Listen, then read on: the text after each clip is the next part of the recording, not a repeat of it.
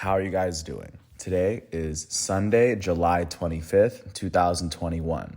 I'm James Sims, and for this episode of The Elite, I'm going to review the Elite matchups and performances from yesterday, Saturday, July 24th, and of course, I'm going to preview everything that's going on today in the world of sports. Starting off in Chicago in the major leagues, the Chicago Cubs hosted the Arizona Diamondbacks, and the Diamondbacks would beat the Cubs 7-3 after not scoring a single run in the first four innings. For the Chicago Cubs, the start went to Alec Mills. He allowed 2 earned runs in 5 innings pitched, striking out a batter. The loss went to the Cubs' second relief pitcher, Andrew Chafin. Chafin would allow 3 earned runs without registering an out, and with this loss, he's 0-2 on the season. In the Cubs' batting lineup, their elite left fielder, Chris Bryant, was the only player with more than one hit as he went 2 for 3. He hit his second triple of the season as well. For the Arizona Diamondbacks, the start in the win went to Merrill Kelly. He allowed 2 earned runs in 6 innings pitched as he struck out 6. With this win, Merrill Kelly is 7-7 on the season. In the Diamondbacks batting lineup, their third baseman, Eduardo Escobar, would go 2 for 5. And then their catcher, Dalton Varsho, would end up going 2 for 4 with 3 RBIs and 2 runs. He hit his 4th home run of the season. And then their pinch hitting third baseman, Asdrubal Cabrera, would end up going 2 for 2 with 2 RBIs and a run. With this win, the Arizona Diamondbacks are now 31-69. That is the worst record in the National League West, and that is currently the worst record in the National League, and also the worst record in all of baseball at this moment. They've now won 5 of their last 10 games, and they now trail the San Francisco Giants by 31 games in the division, to give a sense of what the gap is between the worst and best teams in baseball at this very moment. And then jumping out with this loss, the Chicago Cubs are now 48-51. That is the 4th best record in the National League Central. They've lost 6 of their last 10, and they now trail the Milwaukee Brewers by 10 games in the division. Jumping out to Boston, the Boston Red Sox hosted their division rivals, the New York Yankees, and the Yankees would beat the Red Sox 4-3. As the Red Sox scored all 3 of their runs in the first 3 innings, the Yankees would trail until the top of the 8th, when they would score all 4 of their runs in the top of the 8th, and it would be Gleyber Torres getting the RBI single that would give the Yankees the lead and the win. For the Boston Red Sox, the start was given to Nathan Eovaldi. He allowed 2 earned runs in 7.2 innings pitched, striking out 8. The loss went to the Red Sox first relief pitcher, Adam Ottavino. He allowed 2 earned runs in 0.1 innings pitched. This would be his 4th blown save of the season, and with this loss, he's 2-3 as a relief pitcher. In their batting lineup, their catcher, Kevin Plevecki, would end up going 2 for 4 with an RBI. He was the only player on the Red Sox with more than one hit. And for the New York Yankees, the start in the win was given to Jameson Taillon. Taillon would allow 3 runs in 7 innings pitched as he struck out 4. With this win, he's 6-4 on the season, and the save went to their closer, Aroldis Chapman. Chapman allowed no earned runs in 1 inning pitched as he struck out 2. This would be his 18th save of the season. In the Yankees batting lineup, their left fielder, Brett Gardner, would be one of 2 players with more than one hit. He went 2 for 4 with an RBI and a run. And then their center fielder for the day, Estevan Florial, would end up going 2 for 3 with a run.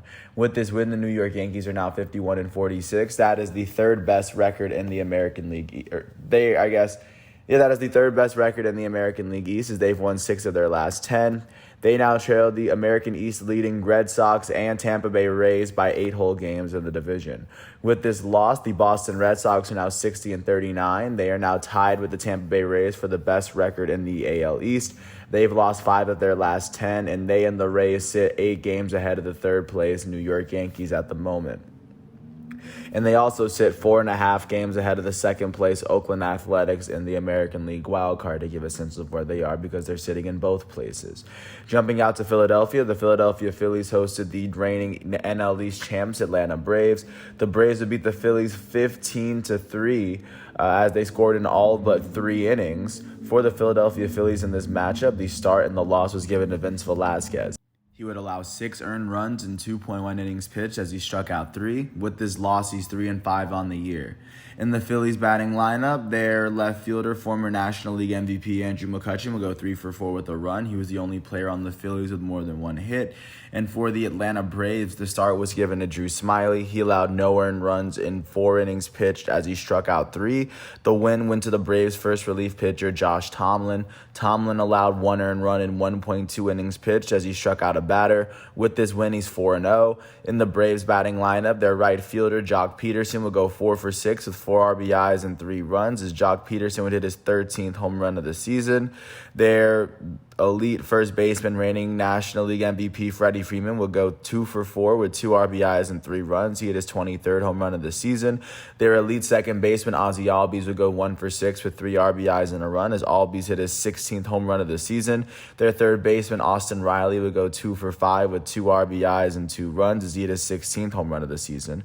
Their shortstop, Dansby Swanson, will go 3 for 5 with an RBI and a run for himself. Their left fielder, Abraham Almonte, will go 3 for 5 with 3 RBIs and a run as he hit his 3rd home run of the season. And with this win, the Atlanta Braves are now 48-49. They are now tied with the Philadelphia Phillies for the second best record in the National League East. They've won 5 of their last 10 games, and they now trail the New York Mets by 5 games in the division. Or by 4 games in the division, And with this loss, the Philadelphia Phillies have the same record at 48-49. They've also lost 5 of their last 10, and they now trail the New York Mets by 4 games in the division as well. Jumping out to Miami, staying within that division, the Miami Marlins hosted the San Diego Padres at the NL West, and the Marlins will pull up a 3-2 home win. They were trailing 2-0 following the 3rd inning. Going into the 5th, Jesus Aguilar would reach on a throwing error. And then Mickey Rojas would score. And then it would be a two-run single from Jesus Aguilar in the 7th to give the Marlins the win for the day. For the San Diego Padres, the start was given to Ryan Weathers. Ryan Weathers would go on to allow no earned runs in 4 innings pitched as he struck out 4. The loss went to the Padres' second relief pitcher on the day, Tim Hill. Hill allowed 2 earned runs in .2 innings pitched as he struck out a batter. This would be his 3rd blown save of the season, and with this loss, he's 5-5. In their batting lineup, their elite shortstop, Fernando Tatis Jr., will go 2 for 4 with an RBI and a run as he hit his 30th home run of the season. And for the Miami Marlins, the start and the win was given to Braxton Garrett. Garrett allowed 2 earned runs in 7 innings pitched as he struck out 10. With this win, he's now 1-1 on the season, and the save would go to their closer on the day, Yimi Garcia. Garcia would allow no earned runs in 1 inning pitched as he struck out a batter. This would be his 15th save of the year. In their batting lineup, their shortstop, Miguel Rojas, would go 2 for 4 with 2 runs. He was the only player on the Marlins with more than 1 hit. With this win, the Miami Marlins are now 42-57. That is the worst record in the National League East. That is currently the 3rd worst record in the National League. They've now won 3 of their last 10 games, and they have now trailed the New York Mets by 11 games in the division. With this loss, the San Diego Padres are now 58-43. That is the 3rd best record in the National League West, as they have now lost 5 of their last 10 games. They now trail the San Francisco Giants by 4.5 games in the division, and they are currently holding on to that 2nd National League wildcard spot, sitting 2.5 games behind the first-place Los Angeles Dodgers, and they sit 5.5 games ahead of the Cincinnati Reds, who are the first team on the outside of the wildcard picture looking in. Jumping out to Baltimore, the Baltimore Orioles hosted the Washington Nationals, who actually aren't located that far away. And in this matchup, the Orioles will beat the Nationals 5-3 after scoring 3 of their runs in the 6th inning. For the Washington Nationals in this matchup, the start and the loss was given to John Lester. He allowed 3 earned runs in 5 innings pitched as he struck out 2. With this loss, he's 3-5 on the season. In their batting lineup, their shortstop, Trey Turner, will go 2 for 4 with 2 RBIs. And then their third baseman, Josh Harrison, will go 2 for 4 with a run, as those are the only 2 players with more than 1 hit. Their elite right fielder, Juan Soto, will go 1 for 4 with an RBI and a run as he hit his 17th home run of the year. For the Baltimore Orioles, the start and the win went to Matt Harvey. He allowed no earned runs and only 1 hit in 6 innings pitched as he struck out 4. With this win, he's 5-10 on the season, and the save for Baltimore would go to Dylan Tate. Tate allowed no earned runs in 1 inning pitched as he struck out 2. This would be his 2nd save of the year. in their batting lineup. Their center fielder Cedric Mullins, their all-star center fielder Cedric Mullins would go 2 for 4 with a run. Their first baseman Trey Mancini would go 2 for 4 with an RBI and 2 runs as he hit his 17th home run of the season. And then their designated hitter Ryan Mountcastle will go 2 for 3 with an RBI and a run. He hit his 16th home run of the year. With this win, the Baltimore Orioles are now 33-64. That is the worst record in the American League East, and that's also the worst record in the American League. They've won their last 2 games, and they've won 5 of their last 10. They now trail the Boston Red Sox and Tampa Bay Rays by 26 games in the division. With this loss, the Washington Nationals are now 45-52. That is the 4th best record in the National League East, as they've lost their last 3 games and they've lost 7 of their last 10. They now trail the New York Mets by 7 games in the division. Jumping out to Kansas City, the Royals hosted the Detroit Tigers within their own division, and the Royals would beat the Tigers 9-8. They would only score in the 5th inning and the 7th inning. They scored 4 in the 5th, and then they scored 5 in the 7th. Of course, for 3 of their runs in the 5th would come from a Salvador Perez home run. And then looking at the bottom of the 7th, Carlos Santana would give the Royals the 3-run home run that gave them the lead. And then a two-run triple from Hanser Alberto would be what they needed to pick up win number 41. For the Detroit Tigers in this matchup, the start went to Casey Mize. He allowed 4 earned runs and 4.2 innings pitched as he struck out 6. The loss was given to the Tigers' third relief pitcher, Kyle Funkhauser. He allowed 5 earned runs and 0.2 innings pitched as he struck out a batter. This would be his first blown save of the season, and with this loss, he's 4-1 on the year. In their batting lineup, their left fielder, Akil Baddoo, would be the only player with more than 1 hit, as he would end up going 2 for 4 with 2 RBIs and 3 runs. He would hit his 9th home run of the season as well. For the Kansas City Royals, the start was given to their starting pitcher for the day, Carlos Hernandez. Hernandez allowed 5 runs and 2.2 innings pitched as he struck out 2. The save was given to their closer for the day, Wade Davis, as Davis allowed no earned runs and 0.1 inning pitch as he struck out a batter. The win would go to Kansas City's 4th relief pitcher on the day, Jake Brent. Brent allowed no earned runs and 1 inning pitch as he struck out 2, and with this win, he's 3-2 on the year. In the Royals batting lineup, their elite catcher, Salvador Perez, would go 2 for 5 with 3 RBIs and 2 runs as he hit his 22nd home run of the season. And then the only other player in the lineup with more than 1 hit was their shortstop, Nicky Lopez. He would go 3 for 3 with an RBI and 2 runs. With this win, the Kansas City Royals are now 41-55. That is the 4th best record in the American League Central. They've won their last 4 games, and they've won 5 of their last 10. They are currently holding on to the best win streak in the division. They're the only team with a winning streak in their division at the moment. And with this loss, the Detroit Tigers are now 47-53.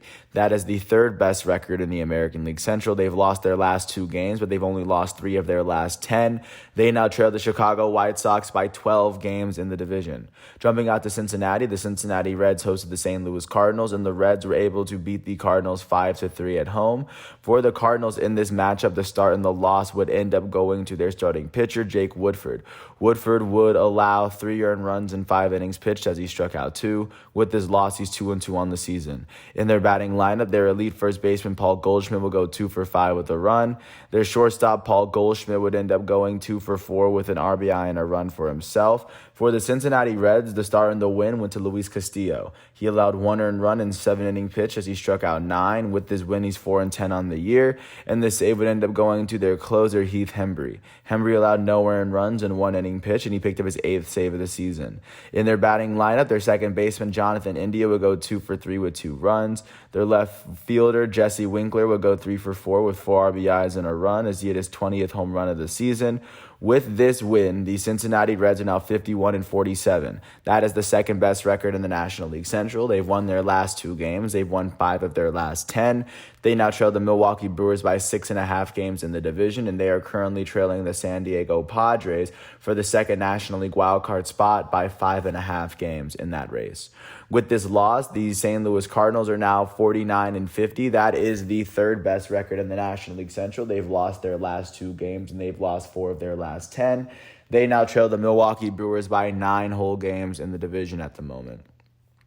Jumping out to Cleveland, the Cleveland Guardians hosted the Tampa Bay Rays, and in this matchup, the Rays would beat the Guardians 8-2. For the Guardians in this matchup, the start and the loss was given to J.C. Mejia. J.C. Mejia would allow 5 earned runs and 6 innings pitched as he struck out 6.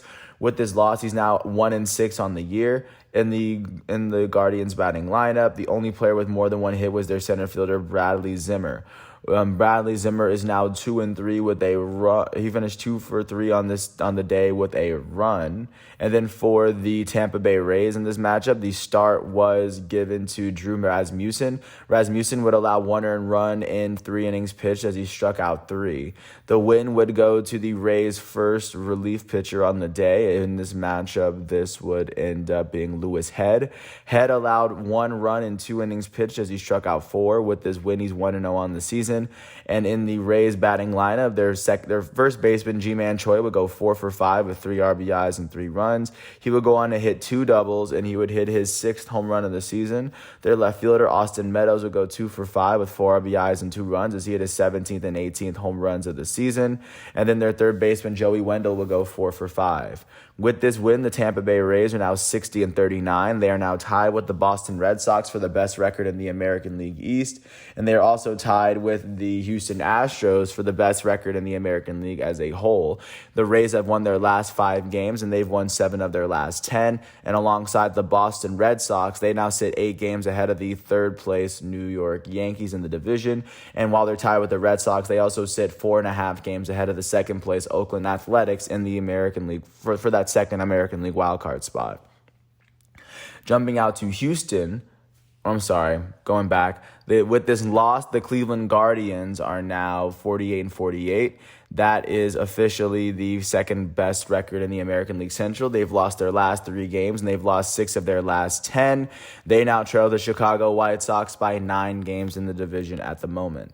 Jumping out to Houston, the Houston Astros hosted the Texas Rangers, and in this matchup, the Astros would beat the Rangers 4-1, as the Rangers' only run would come in the 9th inning all the way after the fact. Before the Rangers in this matchup, the start and the loss went to Kyle Gibson. He allowed 3 runs in 6 innings pitched as he struck out 4. With this loss, he's 6-3 on the year.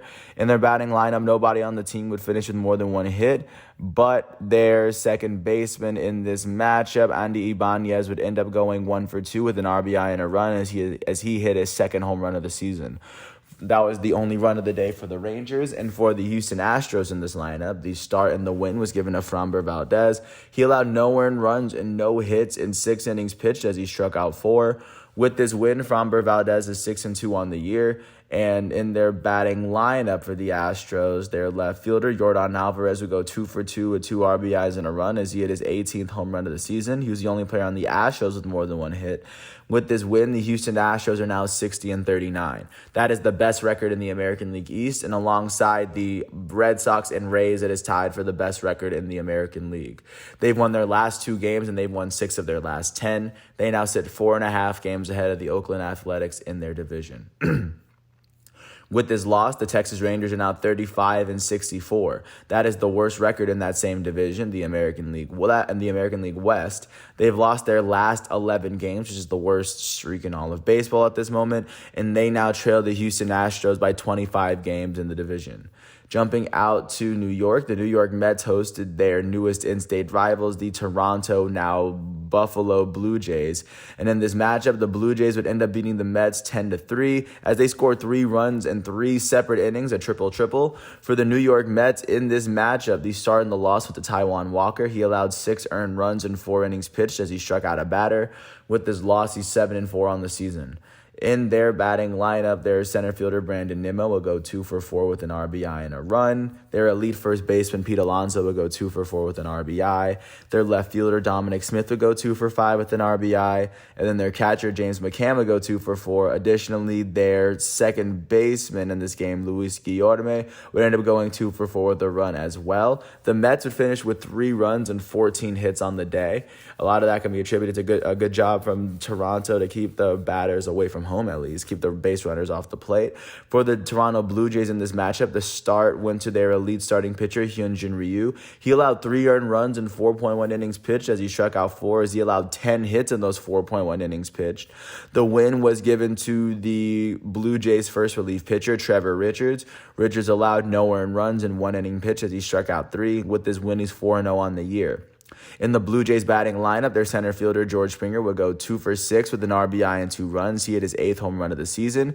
Their elite first baseman, Vladimir Guerrero Jr., would go 2 for 5 with a run. Their all-star second baseman, Marcus Semien, would go 2 for 5 with 3 RBIs and 2 runs. Semien would hit his 24th home run of the season.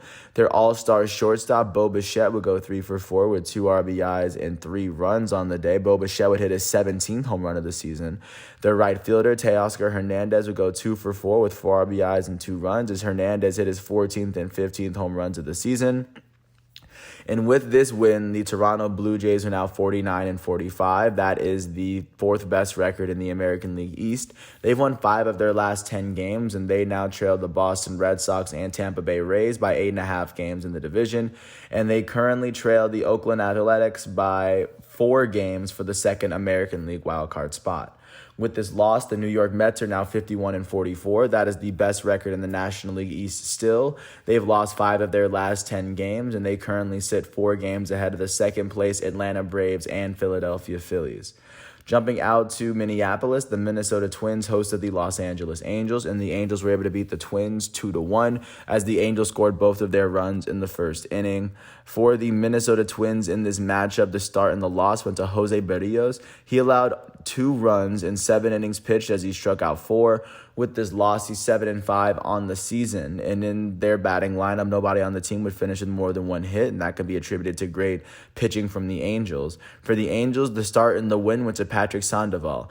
Sandoval allowed 1 earned run in 8.2 innings pitched as he struck out 13. He was 1 out away from completing the game. With this win, he's 3-4 on the season. The save would end up going to Raisel Iglesias as he allowed no earned runs in 0.1 inning pitched as he struck out a batter. This would be save number 21 on the season for him. In the Angels batting lineup, their all-star designated hitter, Shohei Ohtani, would go 2 for 4 with a run. He was the only player on the Angels with more than 1 hit as he hit his 21st and 22nd doubles of the year. With this win, the Los Angeles Angels are now 48-49. That is the 4th best record in the American League West. They've won 4 of their last 10. They now trail the Houston Astros by 11 games in the division at the moment. And with this loss, the Minnesota Twins are now 42-57. That is the worst record in the American League Central, and that is currently the 3rd worst record in the entire league. They've lost 7 of their last 10, and they now trail the Chicago White Sox by 16.5 games total. Jumping out to Milwaukee, the Milwaukee Brewers hosted the Chicago White Sox as the teams at the top of the National League Central and the American League Central faced off. In this matchup, the Brewers would beat the White Sox 6-1 at home. For the Chicago White Sox in this matchup, the start and the loss was given to Carlos Rodon. He allowed 4 runs in 4 innings pitched as he struck out 5. With this loss, he's 8-4 on the season. In the White Sox batting lineup, their left fielder Andrew Vaughn would go 2 for 4 with a run, and the only other player with more than 1 hit was their center fielder Bryant Goodwin. He went 2 for 4.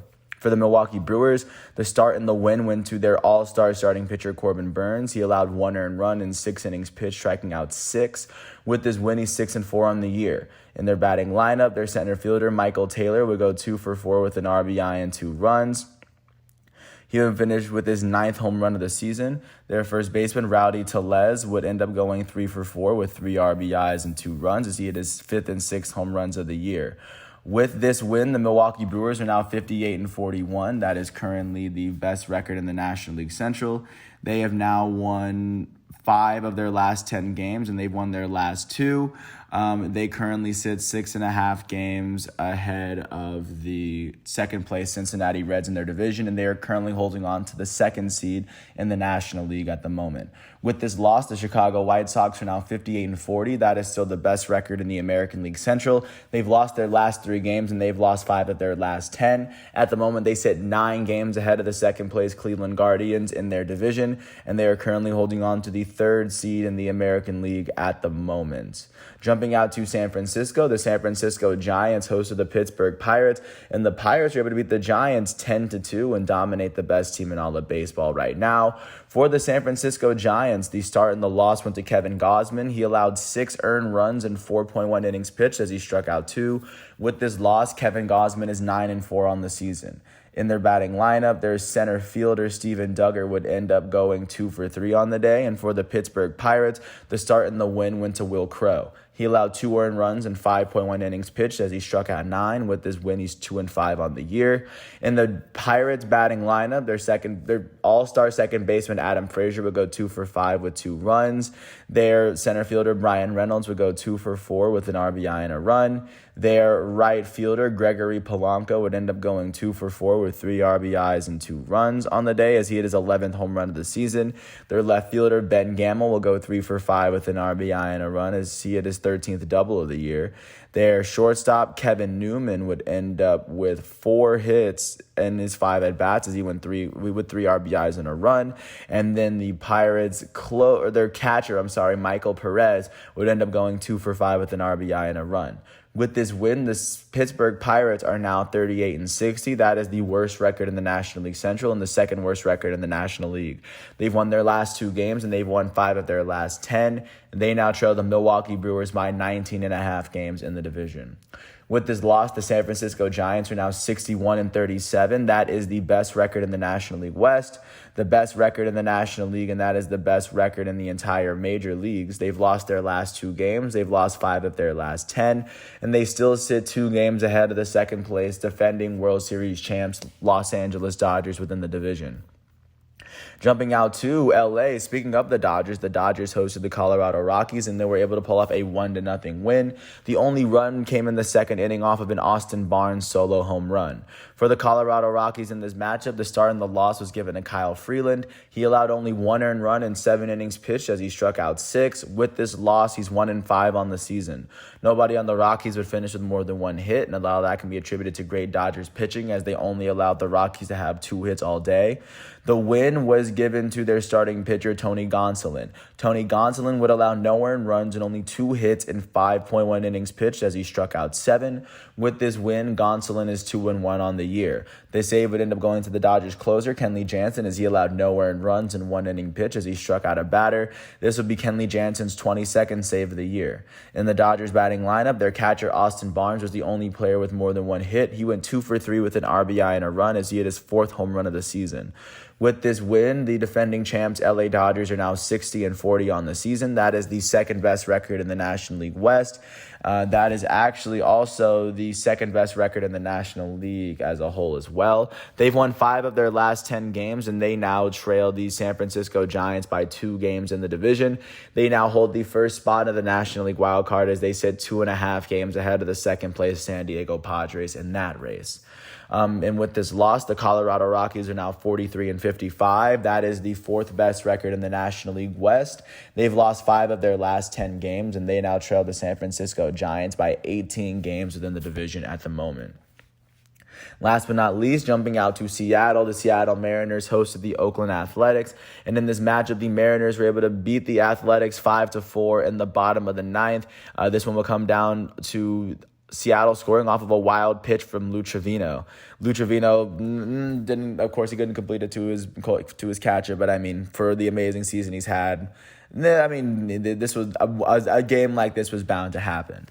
For the Oakland Athletics in this matchup, the start was given to Chris Bassett. Bassett allowed 4 earned runs in 5 innings pitched as he struck out 6, and the loss went to Lou Trevino. He allowed 1 earned run in .2 innings pitched as he struck out a batter. With this loss, he's 3-4 on the year. In the Athletics batting lineup, the only player with more than 1 hit was their left fielder, Tony Kemp. He went 2 for 4 with an RBI and a run. And then for the Seattle Mariners, the start went to Logan Gilbert. He allowed 3 earned runs in 2.2 innings pitched, striking out 5. The win would end up going to the Mariners closer for the day, Kendall Graveman. Graveman allowed no earned runs in 1 inning pitch as he struck out 1. With this win, he's 3-0 on the year. And in their batting lineup, their right fielder, Mitch Haniger, would end up going 3 for 4 with 3 RBIs and 3 runs. He would hit his 18th double of the season and his 24th and 25th home run of the season. And then their left fielder, Jake Bowers, would go 2 for 3 with a run. With this win, the Seattle Mariners are now 53-46. That is the 3rd best record in the American League West. They've won their last 2 games and 6 of their last 10. They now trail the Houston Astros by 7 games in the division, and they are currently trailing the Oakland Athletics by 2.5 games for the 2nd spot in the American League wild card. as they are the first team on the outside looking in. And with this loss, the Oakland Athletics are now 56-44. That is the second best record in the American League West. They've lost their last 2 games. They've lost 4 of their last 10. They now trail the Houston Astros by 4.5 games in the division, as they currently are holding on to the second American League wildcard spot. They sit 4.5 games behind the Red Sox and the Rays, because they're both tied, because the second of that team would end up being the top wildcard spot. And they currently sit 2.5 games ahead of the Seattle Mariners, the team that they just lost to, is the first team on the outside looking in. So that is what the MLB is looking like following yesterday's games. Looking forward to what's going on in today's matchup, starting from the very top. Today is Sunday. It is a travel game, so there are a lot of earlier games. At 1:05, Aaron Nola and the Philadelphia Phillies are going to host Touki Toussaint and the Atlanta Braves. Touki Toussaint comes into this matchup with a 1-0 record and a 1.35 ERA. At the same time, at 1:05, the Baltimore Orioles are going to host the Washington Nationals, as John Means takes the mound for Baltimore with a 4-3 record and a 2.72 ERA. Paolo Espina will take the mound for the Nationals. He has a 2-2 record with a 3.00 ERA. At 1:10, Martin Perez and the Boston Red Sox are going to host Domingo Germán and the New York Yankees. At the same time, at 1:10, John Curtis and the Miami Marlins are going to host the San Diego Padres, led by their elite starting pitcher, Yu Darvish. Curtis comes into this matchup with a 3-1 record and a 2.63 ERA. Yu Darvish comes into this matchup with a 7-4 record alongside a 3.09 ERA. At 1:10, Sonny Gray and the Cincinnati Reds are going to host Johan Oviedo and the St. Louis Cardinals. Sonny Gray comes into this matchup with a 2-5 record and a 3.65 ERA. At 1:10, Tristan McKenzie and the Cleveland Indians are going to host Ryan Yarbrough and the Tampa Bay Rays. At the same time, Rich Hill and the New York Mets are going to host Ross Stripling and the Toronto Blue Jays. At 2:10, Bailey Ober and the Minnesota Twins are going to host Jaime Barria and the Los Angeles Angels. At the same time, Daniel Lynch and the Kansas City Royals are going to host Tariq Skubal and the Detroit Tigers. At 2:10, at the same time, Zach Greinke and the Houston Astros are going to host Taylor Hearn and the Texas Rangers. Zach Greinke comes into this matchup with a 9-3 record and a 3.58 ERA. At 2:20, Trevor Williams and the Chicago Cubs are going to host Caleb Smith and the Arizona Diamondbacks. At 4:05 on ESPN+, Alex Wood and the San Francisco Giants are going to host JT Brubaker and the Pittsburgh Pirates. Alex Wood comes into this matchup with an 8-3 record alongside a 3.77 ERA. At 4:10, Josiah Gray and the Los Angeles Dodgers are going to host John Gray and the Colorado Rockies. John Gray comes into this matchup with a 6-6 record alongside a 3.68 ERA. At 4:10, at the same time, Marco Gonzalez and the Seattle Mariners are going to host Cole Irvin in the Oakland Athletics. Cole Irvin comes into this matchup with a 7-8 record alongside a 3.42 ERA. And last but not least, on ESPN in prime time, it'll be the leader of the National League Central, Milwaukee Brewers, led by their all-star starting pitcher, Brandon Woodruff, against the leader in the AL Central, Chicago White Sox, led by their all-star starting pitcher, Lance Lynn. Lance Lynn comes into this matchup with a 9-3 record and a 1.94 ERA. So that's what the MLB is looking like. Taking a really quick glance of what's going on in soccer, starting off with the Concacaf World Cup. They are now in the quarterfinal stage in the knockout round, and in the first matchup, Qatar was able to beat El Salvador 3-2. It would be the penalty kick from Almoez Ali, a second of the game, to give them the win over El Salvador. With this win, they're going to face off against the winner between U.S. and Jamaica today, and then the other matchup between Mexico and Honduras was settled as Mexico was able to beat Honduras 3-0, scoring all 3 of their goals in the first half. With this win, Mexico will advance to the semifinals, so they will face off against the winner between Costa Rica and Canada. And like I just introed them into today, looking into what's going on for the other 2 quarterfinal matchups, Costa Rica will face off against Canada today at 7 o'clock. The winner of that team will face off against Mexico in the semifinals. And then at 9:30, the United States is going to face off against Japan, and the winner of that will go on to face off against Qatar in the semifinals. So that's what soccer is looking like outside of the Olympics. And then taking a look at what happened in the first day of Olympics, because they are on the Tokyo, in the Japanese time zone, I'm going to go through the first day of its Olympics as it took place on the 24th for them. So starting off from the very top, South Korea was able to win mixed team archery as Netherlands took the silver and Mexico took the bronze. In the men's road race in cycling, Richard Carapaz of Ecuador was able to take home the gold for Ecuador. Silver went to Wout van Aert of Belgium, and then Tadej Pogačar from Slovenia would take the bronze.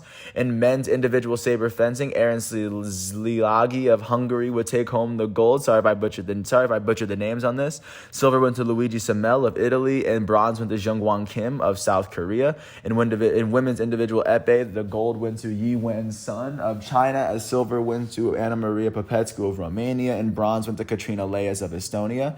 In judo for men's 60 kilograms, gold went to Naoisha Takado of Japan, silver went to Youngwei Yang of Chinese Taipei, and the bronze medals went to Yeldo Smetov of Kazakhstan and Luka Makidze of France.